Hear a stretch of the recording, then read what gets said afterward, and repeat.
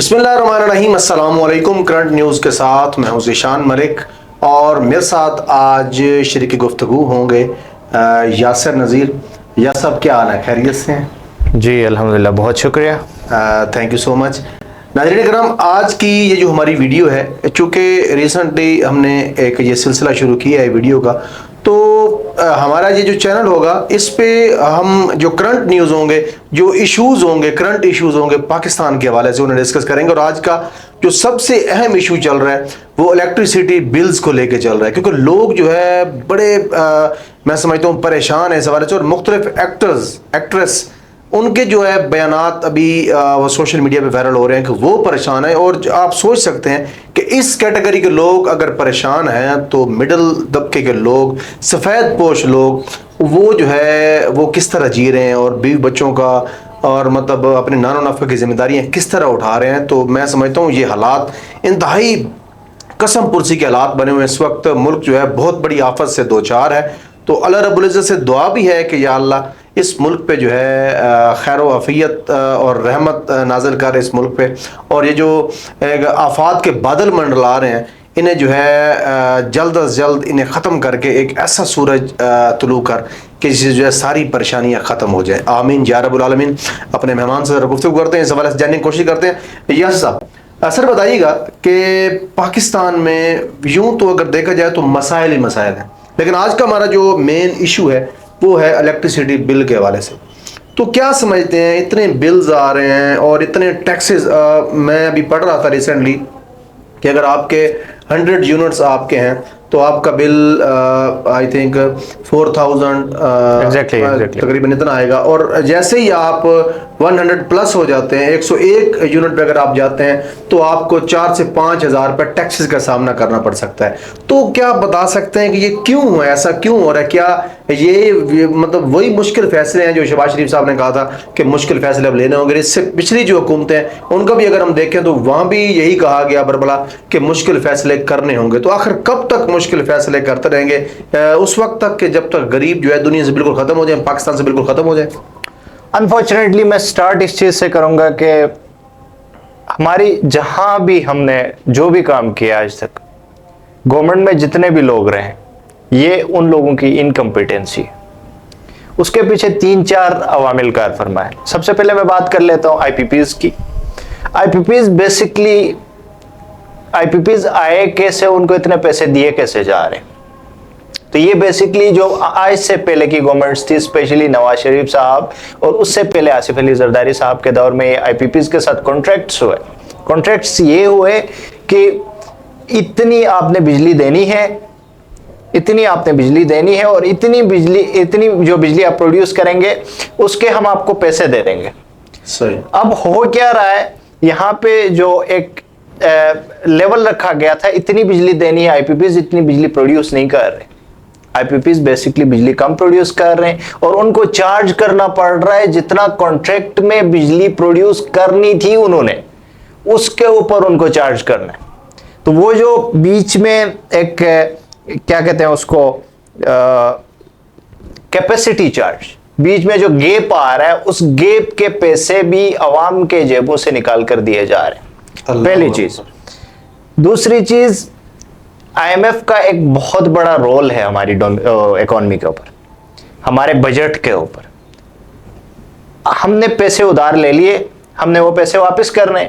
हम जब हमारे पास हमारा अपना रेवेन्यू जनरेट नहीं होगा तो डेफिनेटली आईएमएफ हमें डिक्टेट करेगा, हमें कहेगा कि इधर से इस तरीके से आपने पैसे निकालने हैं, टैक्सेशन करनी है, लोगों के जेब के ऊपर प्रेशर डालना है। जब वो प्रेशर की बात करते हैं, बेसिकली आईएमएफ प्रेशर की बात करता है, तो वो क्लास डिफरेंशिएट नहीं करता। वो कहता है कि ऊपर से नीचे तक सब लोगों के ऊपर टैक्स डाल दें। हमारे हुक्मरानों की नाकामी कहें या फिर बदनीयती कहें, वो क्या करते हैं, ऊपर का जो कैडर है क्लास डिफरेंस करते हैं। टॉप क्लास के जो लोग हैं, अपर क्लास के जो लोग हैं, उनके ऊपर टैक्सेशन का नहीं डालते। गवर्नमेंट के मुलाजमीन को इन्होंने बिजली फ्री दी हुई है, जो हमारे ब्यूरोक्रेट्स हैं उनको बिजली फ्री दी हुई है, जजेस को बिजली फ्री मिल रही है। वो सारी चीजें जब इकट्ठी हो रही होती हैं तो उनके पैसे हमने कहाँ से निकालने? तो यह सब कतक माफ ये बताइएगा, जब एक गरीब बंदा दिहाड़ीदार मजदूर है ना, उसके पास कोई बैंक बैलेंस है ना, उसको कोई बैंक अकाउंट है, बल्कि उसे तो पता नहीं है कि ये बैंकिंग सिस्टम, ये बैंकारी होती क्या है। उसे यही पता है कि अगर वो आज 2-4 पैसे लेके जाएगा तो उसके जो बीवी बच्चे हैं वो कुछ खा लेंगे, अगर नहीं लेके जाएगा तो आज वो वहां पे फाका होगा। और मुतादिद बार हमने ऐसा देखा है, मुख्तलिफ विलेजेस में हमारे सामने स्टोरीज आ रही होती हैं सोशल मीडिया पे। अभी लास्ट टाइम डेरा गाजी खान में वो दरिया में जो है एक शख्स ने अपने बच्चों के साथ छलांग लगा दी और खुद भी मतलब वो अंदर चला गया दरिया के। ये तो मतलब खुशकिस्मती से वहाँ पे जो पेट्रोलिंग पुलिस के अधिकार थे मौजूद थे, उन्होंने जो है बड़ी दिलेराना कोशिश की और उन्हें निकाल लिया जिंदा। तो इस किस्म की ढेरों मिसालें हैं। लोगों ने ट्रेन के नीचे अगर खुदकुशी की, गले काट दिए, वालिदैन ने अपने बच्चों के, जहर खा ली। तो मुझे ये बताएं कि जब बिजली के बिलों में इतना टैक्स आ रहा है कि एक यूनिट पे आपका 5,000, यानी अगर 100 प्लस आप जाते हैं एक यूनिट भी तो 5,000 आपको टैक्स का सामना है, तो फिर भी मतलब हमें ये बताया जा रहा है कि आप जो है फाइलर बने। अगर फाइलर नहीं बनेंगे तो आपकी सिम्स जो है ब्लॉक की जाएंगी। तो ये सारे कायदे कानून क्या सिर्फ गरीब के लिए हैं? सर बेसिकली वहाँ डेमोक्रेसी की डेफिनेशन अगर हम देखें तो government for the people, government by the people, government of the people. Yes, ये एक नोशन जो जनरेट होके वेस्ट से हमारे पास आया था, हमने उस नोशन को अडॉप्ट तो कर लिया एज अ कोटेशन, लेकिन हमने रूट्स के अंदर उस नोशन को हमने जाने नहीं दिया। अगर इस रूट के ऊपर, इस कोटेशन के ऊपर जब हम अमल करते हैं तो लोगों की फिक्र उन लोगों को होती है जो लोगों के वोट से आते हैं। ठीक है, 1970 का इलेक्शन अगर हम देखें तो हम तो नहीं थे, बहुत सारे लोग कहते हैं वो फेयर था। ठीक है, उसके बारे में बात नहीं कर रहे। उसके बाद से जितने भी इलेक्शंस अभी तक होते आ रहे, सारे इलेक्शन किसी न किसी तरह रिग्ड और इस तरह के बताए जा रहे हैं। और रिसेंट इलेक्शन की बात करें तो फॉर्म 47 वाली गवर्नमेंट कहा जाता है। जब लोग किसी पावर कॉरिडोर के सामने झुके, उधर से अगर इलेक्शन में आ रहे हैं, उधर से अगर पावर के ऊपर आ रहे हैं, तो वो तो लोगों का नहीं सोचेंगे, वो डेफिनेटली उनको प्रोटेक्ट करेंगे जिन्होंने उनको लाके कुर्सी में बैठाया। तो हो ये रहा है, लोगों की परवाह किसी को नहीं है।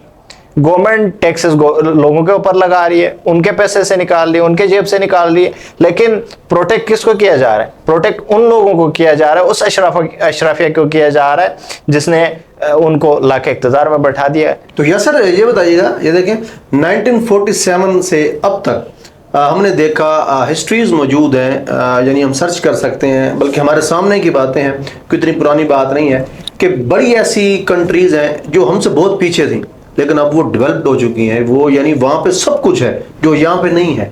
और इसके बाद अगर देखें तो 1970 से लेकर अब तक ये 12 टाइम ये इलेक्शंस थे हमारे जो अभी हुए हैं। तो हर बार जो है देखें 12 दफ़ा ये इलेक्शन हो चुके हैं, लेकिन कोई हमें जो है खतर तब्दीली नज़र नहीं आई। और मैं एक वाक़या पढ़ रहा था लास्ट टाइम कि वो क़ायद आज़म से ना एक गद्दी नशीनों की मुलाकात हुई, तो उन्होंने लास्ट टाइम अपने हवाले से जो है कोई फेवर मांगी, तो लियाकत अली खान साहब मौजूद थे। उन्होंने कहा था कि जो है पाकिस्तान एक नाजुक दौर से गुजर रहा है। तो उस वक्त भी नाजुक दौर से गुजर रहा था और आज भी नाजुक दौर से गुजर रहा है। तो ये नाजुक दौर आखिर कब खत्म होगा? क्या आने वाले टाइम में अभी, क्योंकि अभी मतलब रिसेंटली हमें पता चला है कि शाहिद खान अब्बास साहब जो है अपनी एक नई पार्टी का इनॉग्रेशन कर रहे हैं, वो मेरे ख्याल में 7 जुलाई को है। तो उस हवाले से भी बातें चल रही हैं कि अब जो है क्या स्पेस मौजूद है कि नहीं, मतलब उनका एक अपना मोटो है कि बदलेंगे निज़ाम। तो ये निज़ाम आखिर कब बदलेगा? क्या सिर्फ ये स्लोगन लेके आने से, नारा लगाने से निज़ाम बदल जाएगा? जब आने वाला वक्त कैसा होगा? क्या जो अगले इलेक्शन होंगे उनमें भी ये फॉर्म 45, फॉर्म 47 वाला किस्सा होगा या क्या होगा? जरा इस हवाले से बताएं। एग्जैक्टली इस चीज़ को अगर हम देखते हैं तो हमें ये देखना पड़ेगा हमारे रूट्स पे डेमोक्रेसी किस तरह की है। ठीक है, रूट्स में डेमोक्रेसी को जब हम पॉलिटिकल पार्टीज के अंदर डेमोक्रेसी को देखेंगे ना, तो वहां से हमारे मसाइल का हल हमें वहां नजर आएगा। अगर top tier of political parties को देखते हैं, 3 है, पाकिस्तान तहरीक इंसाफ, पाकिस्तान मुस्लिम लीग नवाज, और फिर आते हैं पाकिस्तान पीपल पार्टी के ऊपर। तीनों टियर ऑफ पॉलिटिकल पार्टीज के ऊपर 2 पॉलिटिकल पार्टीज ऐसी हैं जिनके ऊपर खानदान काबिज है, पाकिस्तान मुस्लिम लीग नवाज और पाकिस्तान पीपल पार्टी। अब तहरीक इंसाफ की तरफ आते हैं। तहरीक इंसाफ का बानी चेयरमैन जेल में बैठा हुआ है, जेल में बैठा हुआ, उसके बाद भी उन्होंने एक और चेयरमैन बना दिया। डिसीजन मेकिंग अभी भी बानी चेयरमैन के पास है जी। क्यों? अगर डेमोक्रेसी होती तो लोगों के इलेक्टेड मेंबर्स जो अभी असेंबली में मौजूद हैं वो डिसीजन कर लेते। तो डेमोक्रेसी नहीं है, 1 पर्सन रूल है, 1 फैमिली रूल है। डेमोक्रेसी की रूट्स जब तक हमारी पॉलिटिकल पार्टीज के अंदर नहीं आएंगी तो जितनी भी पॉलिटिकल पार्टीज बने उससे फर्क नहीं पड़ना।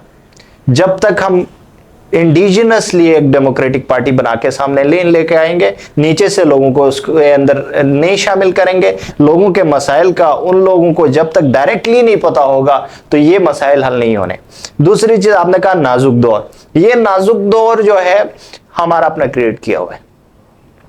जब तक हम इनसिक्योरिटी क्रिएट नहीं करेंगे तो हमें अपने फवायद कैसे हासिल होंगे? इन इनसिक्योरिटीज को खत्म किया जाएगा जब प्रॉब्लम्स को सॉल्व करने की तरफ हम जाएंगे, जब हम माइंड बनाएंगे, पॉलिटिकल पार्टीज बैठेंगी, उनके अंदर डेमोक्रेसी आएगी, लोगों की विल, लोगों की पावर जो है उसको जब तक आप इज्जत नहीं देंगे तब तक ये नाजुक दौर तो क्या बहुत खराब होने लगा है दौर। तो अभी मतलब आखिरी एक क्वेश्चन आपसे, आपका कीमती वक्त है, ये बताइएगा कि जो कि नाजुक दौर की मेरे ख्याल में इससे बड़ी बात तो और इस यानी इससे बेहतर जवाब तो कोई नहीं हो सकता जो आपने दिया है। नाजुक ये जो हालात हैं हमारे, क्योंकि 1947 में भी ये हालात नाजुक थे और नाजुक दौर से पाकिस्तान गुजर रहा था और अब भी पाकिस्तान नाजुक दौर से गुजर रहा है। तो जो बिजली के बिल को हमने शुरू में डिस्कस किया तो उसका फिर आप क्या मतलब वो करते हैं कि इस ये जो सारे मसाइल हैं, ये प्रॉब्लम जो क्रिएट हो रही हैं, कंट्रोवर्शियल ये सिचुएशन बन चुकी है, तो इसका आप फिर क्या समझते हैं सदैव आप किस तरह किया जाए, किस तरह गरीब जो है बच सकता है? क्या ये सिर्फ खुदकुशी इसका आखिरी हल है? मुझे ये बताएं। नहीं, 3-4 चीजें हैं इस पे की जा सकती हैं। अगर गवर्नमेंट सिंसियरली चाहती है कि बिजली के बिल कम आए, लोगों को थोड़ा सा रिलीफ मिले, तो आईपीपीज के साथ मुज़ाकरात शुरू करें। कैपेसिटी चार्जेस जो हैं उनके ऊपर गवर्नमेंट मुज़ाकरात करे आईपीपीज के साथ, जितने वो बिजली प्रोड्यूस करके दे रहे उस बिजली की कीमत गवर्नमेंट अदा करे उनको, पहली चीज। दूसरी चीज, डिस्कोज जितनी भी हैं जो मतलब बिजली लोगों तक पहुंचाने वाली कंपनीज हैं, जैसे इस्लामाबाद में आइस्को, इस तरह की जो कंपनीज हैं उन सारी कंपनीज को क्या करें, गवर्नमेंट अपने दायरे इख्तियार से निकाल दें, उसको प्राइवेटाइज करें। ठीक है, उसके बाद एक चीज और हो सकती है, अब ये फेडरेशन का मामला है, यहाँ बिजली की सारी कंपनी क्या करती है, फेडरल के नीचे आती हैं, उनका बजटिंग, उनका सारा मामला खसारा, उनका प्रॉफिट फेडरल डील कर रहा होता है। इनको सूबाई सतह पे जैसे केपीके की कोई कंपनी है, केपीके वालों को दी जाए, सूबे को दी जाए, बलोचिस्तान की है बलोचिस्तान को दी जाए, कराची की कंपनी है, सिंध की कंपनी है सिंध को दी जाए, पंजाब में जो कंपनी है पंजाब सूबे को दी जाए। उससे ये होगा, फायदा जो होगा वो भी जनरेट सूबा करेगा, उसका एक शेयर आपके फेडरल को आएगा, नुकसान होगा तो वो नुकसान सूबे बर्दाश्त करेंगे। सपोज एक चीज और भी हो सकती है ना, 5 मिनट के लिए कह सकते हैं पंजाब की कोई कंपनी लॉस में जा रही है, बाकी सारी कंट्री की जितनी भी कंपनीज हैं वो सारी कंपनियां प्रॉफिट में जा रही हैं, तो वो कंपनी जो लॉस में जा रही है उसका लॉस क्यों बलोचिस्तान वाले कंपनसेट करें? Yes. क्यों केपीके वाले कंपनसेट करें, क्यों सिंध वाले कंपनसेट करें? इससे निकलने के लिए आपको ये जो बिजली की जितनी भी कंपनियां हैं, डिस्कोज जिन्हें कहा जाता है, उनको सूबों के हवाले करें। तो यस सर, ये भी बात कही जा रही है, बेशतर लोगों के पास बड़े सॉलिड एविडेंस भी हैं कि पूरे पाकिस्तान में सबसे ज़्यादा जो बिल देने की है वो मतलब मैं समझता हूँ जो स्ट्रेंथ है वो सिर्फ ये जो पंजाब है, पंजाब से लोग सिर्फ बिल देते हैं, बाकी जितने भी तीनों हमारे सूबे हैं वहाँ पे जो है बिल की जो कलेक्शन है वो ना होने के बराबर है। इस हवाले से क्या कहना चाहेंगे? सर देखें, इसके लिए एक ग्रैंड स्ट्रेटेजी बनाते हैं। ग्रैंड स्ट्रेटेजी इस तरह जैसे हम ऑपरेशंस करते हैं, ठीक है, कहीं पे खुदा न खास्ता दहशतगर्दी होती है तो पूरे मुल्क की अफवाज मिलके उस एरिया में ऑपरेशन करके उसका क्लींजिंग इफेक्ट सामने हमें नजर आ रहा होता है, जैसे हमने आज से पहले ऑपरेशंस किए। इसी तरह का एक सेटअप बनाया जाए जहां से बिल की कलेक्शन कम है, उधर जाके टारगेटेड ऑपरेशंस किए जाएं, उन एरियाज को क्लीन किया जाए, जिन लोगों के बिल्स नहीं आ रहे हैं उनके लाइनें काट दी जाए। ये ऑपरेशंस हो सकते हैं अगर गवर्नमेंट के अंदर विल मौजूद हो, ठीक है। ये नहीं हो सकता कि आधे इधर कहे मुझे फायदे मिले, आधे इधर कहे मुझे फायदे मिले। इसके लिए एक फर्म डिटर्मिनेशन की जरूरत है। फर्म डिटर्मिनेशन के साथ आगे बढ़े और ग्रैंड स्ट्रेटेजी पे अमल करें तो वो बिल भी आ सकते हैं। लास्ट चीज एक और ऐड करना चाहूंगा, जो गवर्नमेंट मरात गवर्नमेंट सर्वेंट्स को दे रही है, अफसर शाही को दे रही है, जजेस हों, जर्नल्स हों, आपके ब्यूरोक्रेट्स हों, जितने भी हैं, उनको जो मुफ्त में दिया जा रहा है 3-4 साल के लिए इसको बंद किया जाए। जब इनको अपने जेबों से पैसे देने पड़ेंगे ना, तो ये लोगों की जो परेशानी है उस परेशानी को समझेंगे और फिर पॉलिसी इस तरह की डिजाइन करके गवर्नमेंट को सजेस्ट करेंगे ये कि लोगों को रिलीफ मिलेगा। जब तक इनको मुफ्त की चीजें मिलती रहेंगी, ये कभी लोगों के फायदे की चीजें नहीं सोचेंगे। ये अपना फायदा हो रहा है, उनको पता है, लोगों को कुछ भी हो उससे उनको कोई सरोकार नहीं। या sir, thank you so much. नाज़रीन किराम, किसी शायर ने क्या खूब कहा था कि तू इधर उधर की न बात कर, ये बता कि काफिला क्यों लुटा, वो जरा जनों से गिला नहीं, तेरी रहबरी का सवाल है। तो इंशाल्लाह ये सिलसिला चलता रहेगा। हमारे साथ जुड़े रहिए और देखते रहिए करंट न्यूज़। अल्लाह हाफिज।